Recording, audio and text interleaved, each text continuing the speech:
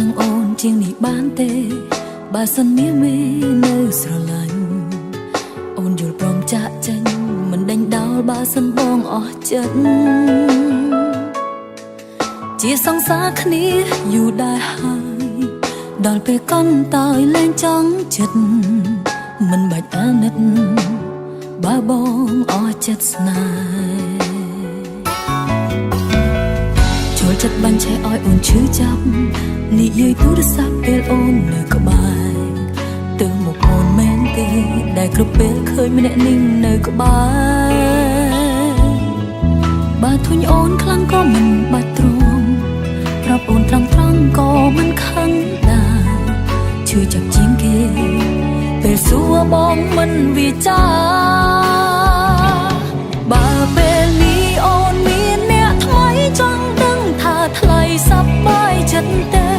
ព្រោះវាមេមិនដែលចិត្តទុកអូនជាសង្សារអូនយ៉ាងមិនក៏បងមិនខ្វល់ទុករូបអូនចោលដូចជាតុក្កតា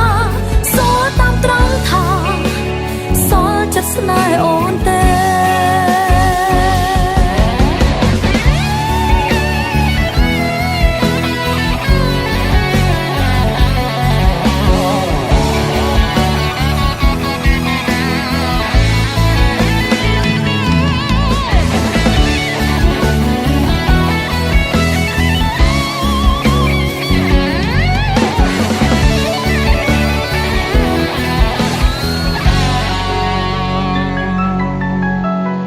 លោនឹងអូនជាងនេះបានទេ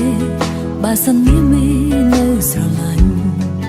អូនយល់ព្រមចាក់ចេញមិនដេញដោលបើសិនបងអស់ចិត្ត